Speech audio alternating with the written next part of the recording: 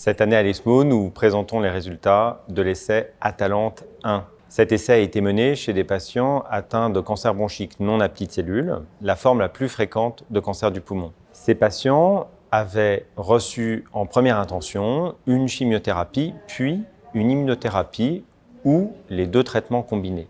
En cas d'échec de ces traitements, on propose en règle générale une chimiothérapie seule. Cet essai compare à ce standard, la chimiothérapie seule, une nouvelle modalité d'immunothérapie. OSE 2101 est un vaccin thérapeutique. Ici, le vaccin est utilisé pour tenter de restimuler le système immunitaire et lui apprendre à reconnaître des éléments présents sur la cellule tumorale. C'est différent de l'immunothérapie standard, qui est une excitation globale du système immunitaire, c'est-à-dire une stimulation non spécifique sur la cellule tumorale.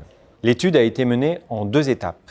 Première étape, 103 patients traités puis analysés, présentés il y a 1 an au même congrès, montrant un bénéfice sur la survie globale. L'essai a donc repris les inclusions et 219 patients au total ont été inclus. Les résultats ont été discutés avec les autorités de santé et la sous-population qui semble la plus pertinente pour cette approche est constituée de patients atteints de cancer bronchique traités par une chimiothérapie puis une immunothérapie, mais ayant eu un bénéfice à cette immunothérapie, c'est-à-dire au moins 3 mois de traitement.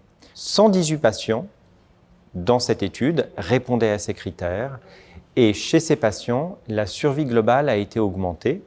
Elle était de 7,5 mois dans le bras chimiothérapie seule, elle monte à 11,1 mois dans le bras du vaccin thérapeutique.